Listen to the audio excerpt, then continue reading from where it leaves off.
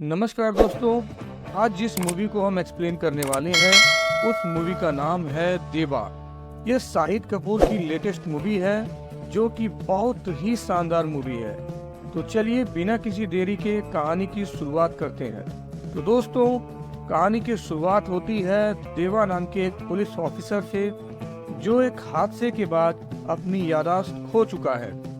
फरहान, जो उसका दोस्त और सहयोगी है, उसे उसकी पुरानी यादें वापस लाने की कोशिश कर रहा है। फरहान देव को रोहन नाम के एक पुलिस ऑफिसर के मर्डर केस की फाइल देता है ताकि देव को उसकी याददाश्त वापस आ सके।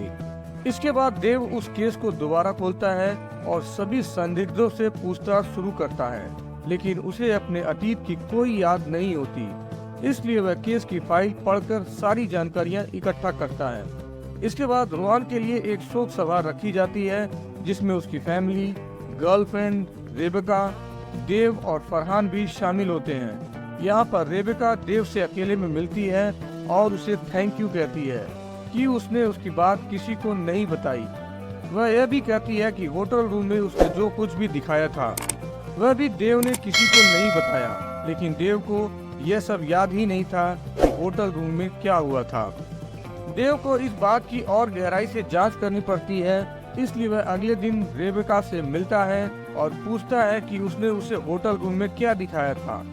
रेबेका उसे एक वीडियो दिखाती है और बताती है कि यह वही वीडियो है जो उसने पहले भी देव को दिखाई थी। वीडियो में रोहन और रेबेका की वीडियो कॉल की रिकॉर्डिंग होती है जो रोहन की मौत से एक दिन पहले की होती है। इस वीडियो में रोहन रेबेका से अगले दिन होने वाले अवार्ड सेरेमनी की बात करता है। इसी बातचीत के दौरान वह बताता है कि प्रभात जाधव को देव ने मारा था, न कि उसने। साथ ही वह कहता है कि वह अपना अवार्ड देव को समर्पित करेगा और उसे माफ कर देगा। वीडियो देखकर देव को कुछ समझ में नहीं आता, इसलिए वह वीडियो फरहान को दिखाता है।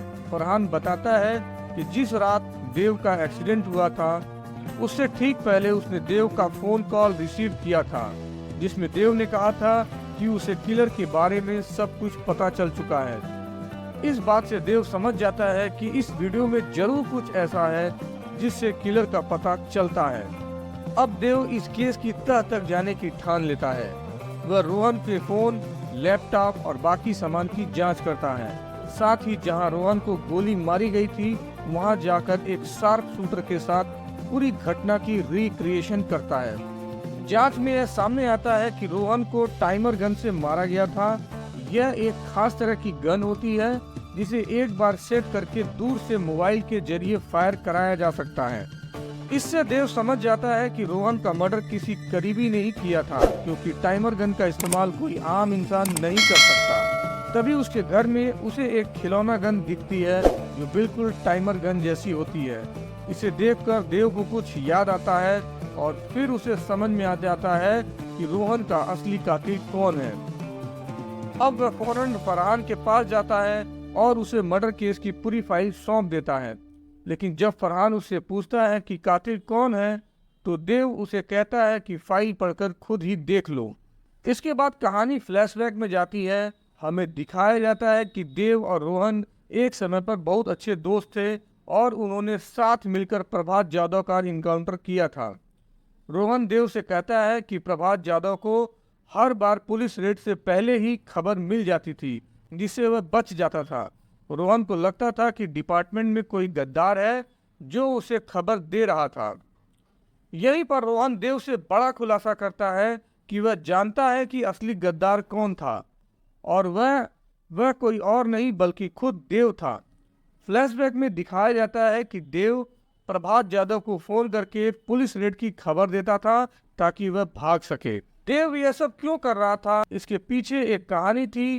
देव का बचपन गरीबी और तकलीफ में बीता था। उसके पिता शराबी थे और उन्हें मारते पीटते थे। एक दिन देव को उसके पिता ने इतना मारा कि उसके पैर टूट गए। इलाज के लिए उसके पास पैसे नहीं थे। तब प्रभात जाधव ने उसकी मदद की और उसका पूरा इलाज करवाया। बाद में उसने देव और उसकी फैमिली की आर्थिक रूप से भी मदद की। देव इस एहसान के बदले प्रभात जाधव को पुलिस से बचाता रहा। लेकिन एक दिन जब पुलिस की टीम प्रभात जाधव को पकड़ने गई तब वह भाग निकला और जाते जाते एक बम ब्लास्ट कर दिया, जिसमें कई पुलिस ऑफिसर मारे गए। उस दिन देव ने फैसला कर लिया कि अब वह प्रभात जाधव को और नहीं बचाएगा। उसने उसका एनकाउंटर करने की ठान ली और रोहन के साथ जाकर उसे मार डाला।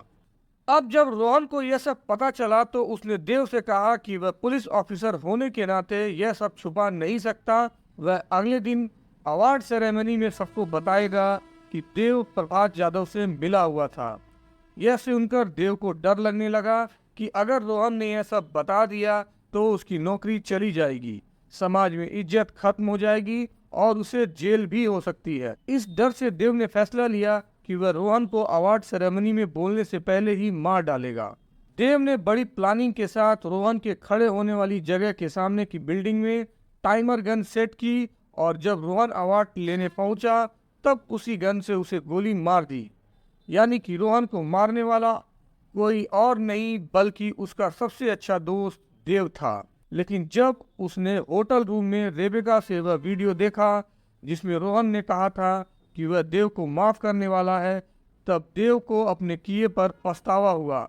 मगर इससे पहले कि वह कुछ कर पाता उसका एक्सीडेंट हो गया और वह अपनी याददाश्त खो बैठा। अब कहानी वापस वर्तमान में आती है, जहां फरहान पूरी फाइल पढ़ लेता है और सच्चाई जान जाता है। वह देव को गिरफ्तार कर लेता है और उसे उसके अपराधों की सजा मिलती है। अंत में देव जेल चला जाता है और यहीं पर फिल्म खत्म हो जाती है। तो दोस्तों, यह थी देवा मूवी की पूरी कहानी। अगर आपको यह स्टोरी अच्छी लगी हो तो वीडियो को लाइक करें और कमेंट बॉक्स में बताएं कि आपकी राय क्या है, और साथ में हमारे इस चैनल को सब्सक्राइब करना न भूलें। मिलते हैं अगली वीडियो में दोस्तों, तब तक के लिए गुड बाय।